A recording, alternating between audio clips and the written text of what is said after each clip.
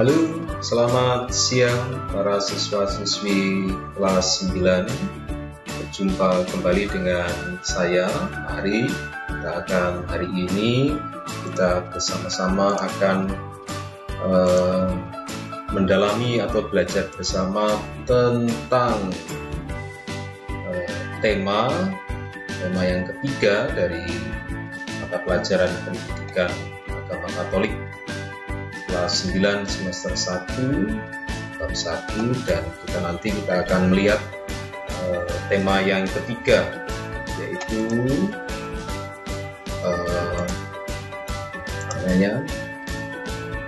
beriman sebagai tanggapan atas karya penyelamatan Allah. Ya. Nah, para siswa terkasih, di awal kita nanti akan berproses awal sampai akhir KBM online kita pada kali ini. Hari ini bersama-sama saya akan mendampingi melalui video ini, semoga bisa membantu ya. Nah, para siswa terkasih,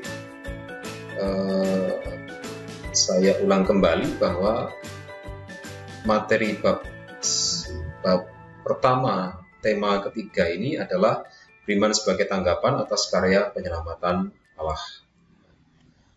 Para siswa terkasih, walaupun dalam keadaan belajar online, tapi mari kita niatkan diri, fokus supaya kegiatan belajar mengajar ini tetap berjalan dengan baik.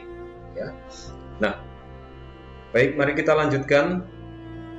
Kita awali dengan doa pembukaan untuk pertemuan kita pada hari ini. Marilah kita mengambil sikap doa yang baik, dan marilah kita berdoa. Dalam nama Bapa dan Putra dan Roh Kudus. Amin.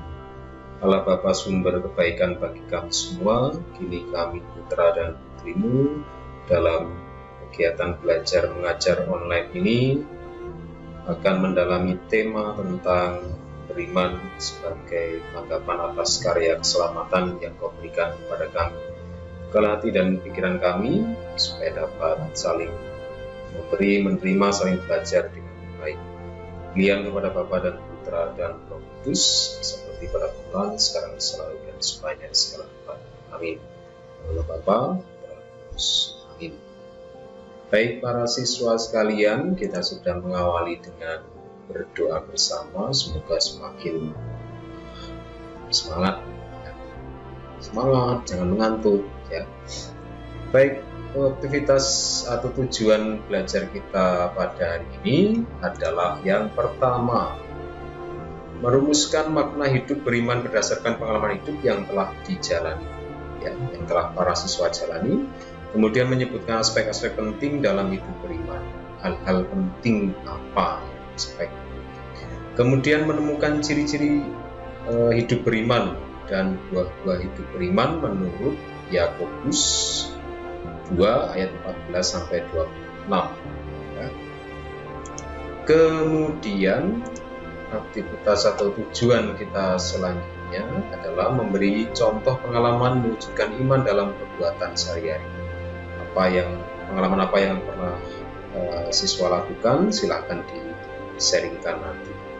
Kemudian memilih hal-hal yang dapat diubah dalam diri sehubungan dengan hidup beriman yang dijalani selama ini. Ini tujuan yang akan kita capai dalam pembelajaran kita pada hari ini. Nah, para siswa terkasih, kita masuk ke dalam inti pelajaran, inti kegiatan kita pada kali ini. Mari kita bersama-sama kita akan mendalami dan membaca Injil kita dari Yakobus 2 ayat 14 sampai 26. Iman tanpa perbuatan pada hakikatnya adalah mati. Ya. Baik, kita akan simak isinya. Silakan para siswa membaca dalam hati. Saya akan memandu melalui monitor ini. Apakah gunanya, saudara-saudaraku, jika seorang mengatakan bahwa ia mempunyai iman, padahal ia tidak mempunyai perbuatan? Dapatkah iman itu menyelamatkan dia? Jika seorang saudara atau saudari tidak mempunyai pakaian dan kekurangan makanan sehari-hari, dan seorang dari antara kamu berkata, "Selamat jalan, kenakanlah kain panas dan makanlah sampai kenyang," tetapi ia tidak memberikan kepadanya apa yang perlu bagi tubuhnya, apakah gunanya itu? Demikian juga halnya dengan iman. Jika iman itu tidak disertai perbuatan, maka iman itu pada hakikatnya adalah mati. Tetapi mungkin ada seorang berkata, "Padamu ada iman dan padaku ada perbuatan." Aku akan menjawab dia, "Tunjukkanlah kepadaku imanmu itu tanpa perbuatan, dan aku akan menunjukkan kepadamu imanku dari perbuatan-perbuatanku." Engkau percaya bahwa hanya ada satu Allah saja, itu baik. Tetapi setan-setan pun juga percaya akan hal itu dan mereka gemetar. Hai manusia yang bebal, maukah engkau mengakui sekarang bahwa iman tanpa perbuatan adalah iman yang kosong? Bukankah Abraham bapa kita dibenarkan karena perbuatan-perbuatannya ketika ia mempersembahkan Iskak, anaknya di atas mezbah? Kamu lihat bahwa iman bekerjasama dengan perbuatan-perbuatan, dan oleh perbuatan-perbuatan itu iman menjadi sempurna. Dengan jalan demikian genaplah nas yang mengatakan, "Lalu percaya Abraham kepada Allah, maka Allah memperhitungkan hal itu kepadanya sebagai kebenaran." Karena itu Abraham disebut sahabat Allah. Jadi kamu lihat bahwa manusia dibenarkan karena perbuatan-perbuatannya, dan bukan hanya karena iman. Dan bukankah demikian juga Rahab? Pelacur itu dibenarkan karena perbuatan-perbuatannya. Ketika ia menyembunyikan orang-orang yang disuruh itu di dalam rumahnya, lalu menolong mereka lolos melalui jalan yang lain, sebab seperti tubuh tanpa roh adalah mati, demikian jugalah iman tanpa perbuatan adalah mati. Demikianlah sabda Tuhan. Syukur kepada Allah.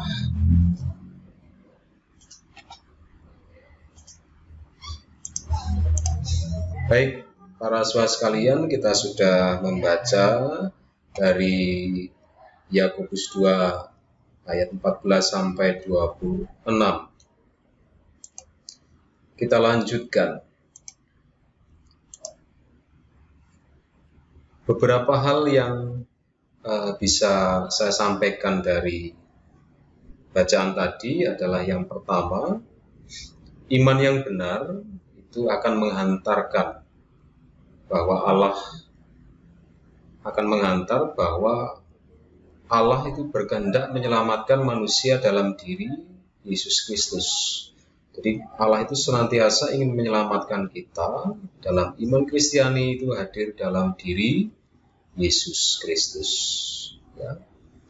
Yang kedua, hidup beriman itu menjadi ciri orang benar. Orang yang benar itu hidupnya penuh iman. Nah, selain penuh iman, juga menghasilkan buah-buah rahmat Tuhan. Kasih, sukacita, damai, ya, banyak hal yang baik-baik. Ya. Kemudian,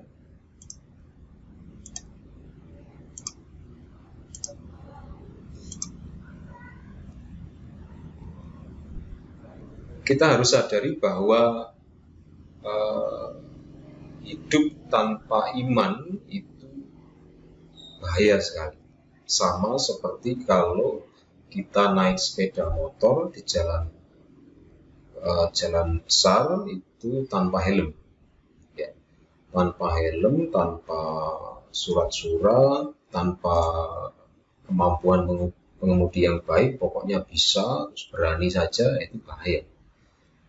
Sama seperti ini, hidup itu tanpa iman itu juga bahaya. Sama seperti kita jalan malam-malam tanpa penerangan, tanpa senter, ya kita akan gelap. Sama juga seperti ini, hidup tanpa iman ya akan tidak ada tujuan hidupnya, jadi bingung, gelap, ya.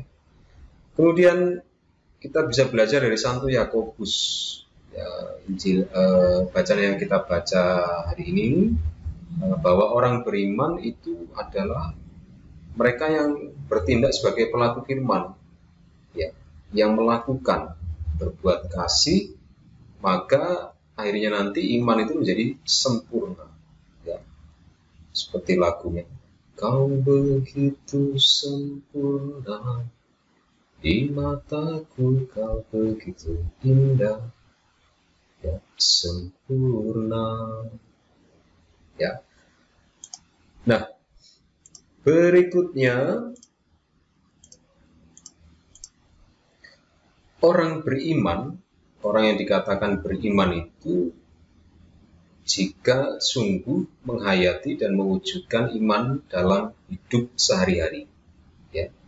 Imannya itu muncul tercermin dalam perilaku hidupnya sehari-hari, baik dari pikiran, perbuatan, perkataannya, ya, kepada Tuhan, kepada sesama, sesuai dengan salib itu yang vertikal pada Tuhan dan horizontal kepada sesama, ya. Juga kita bisa melihat apakah kita sudah melaksanakan 10 perintah Allah dengan baik, ya. Perintah 1 sampai 3 itu kan yang vertikal, mengatur hubungan kita dengan Tuhan. 4 sampai 10 itu antara kita dengan sesama, ya. Nah, para saudara terkasih, nanti dikerjakan secara individu, dijawab, kemudian dikirim tugasnya ke Google Classroom kelas masing-masing yang sudah Pak Ari siapkan untuk menjawab 3 pertanyaan ini. Yang pertama, sebutkan 5 buah dari hidup beriman, 5 hasil dari hidup berimanmu, ya. Kemudian yang kedua, sebutkan 5 bahaya hidup tanpa iman, ya. 5 bahaya hidup tanpa iman, apa saja itu, ya, bahayanya. Kemudian kita tadi sudah membaca Yakobus 2, surat Rasul Yakobus, ya. Apa pesannya? Setelah kamu para siswa baca sekali lagi, direnungkan dalam hati, menurut para siswa itu pesannya apa, ya. Tentunya berbeda-beda penangkapannya dari setiap siswa, ya. Nah, para siswa terkasih, kita sudah hampir sampai garis finish untuk pertemuan kita pada kali ini. Ya, kita lanjutkan.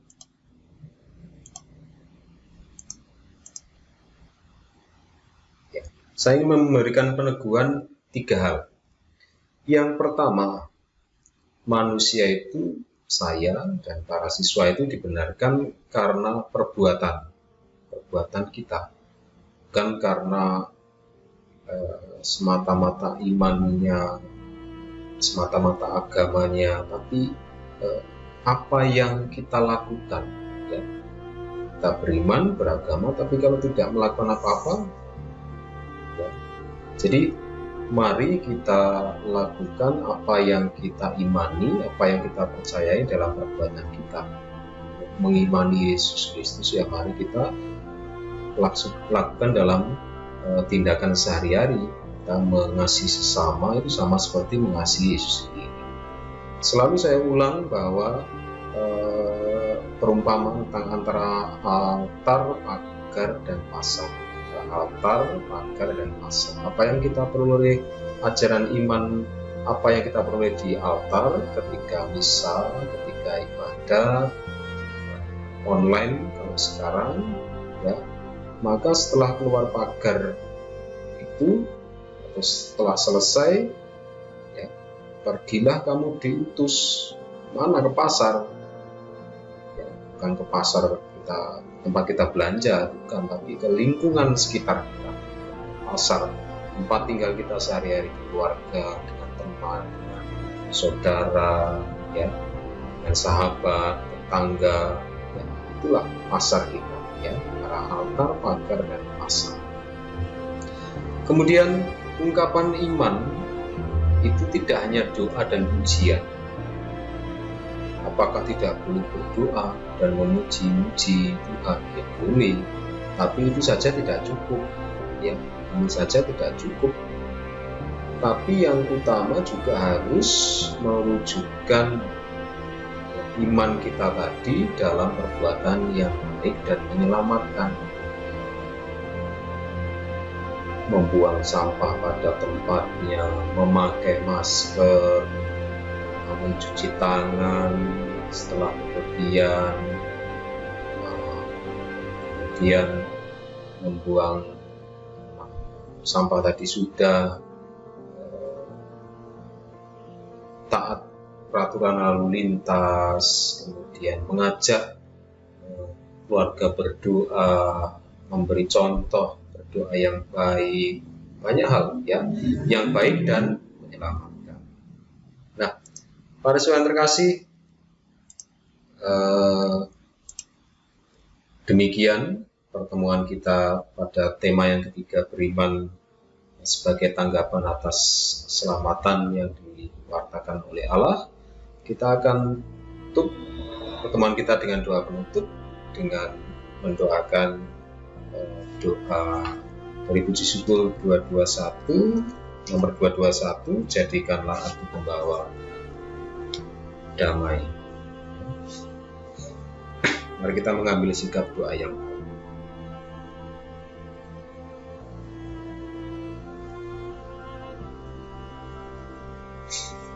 Marilah kita berdoa dalam nama Bapa, Putra, dan Roh Kudus.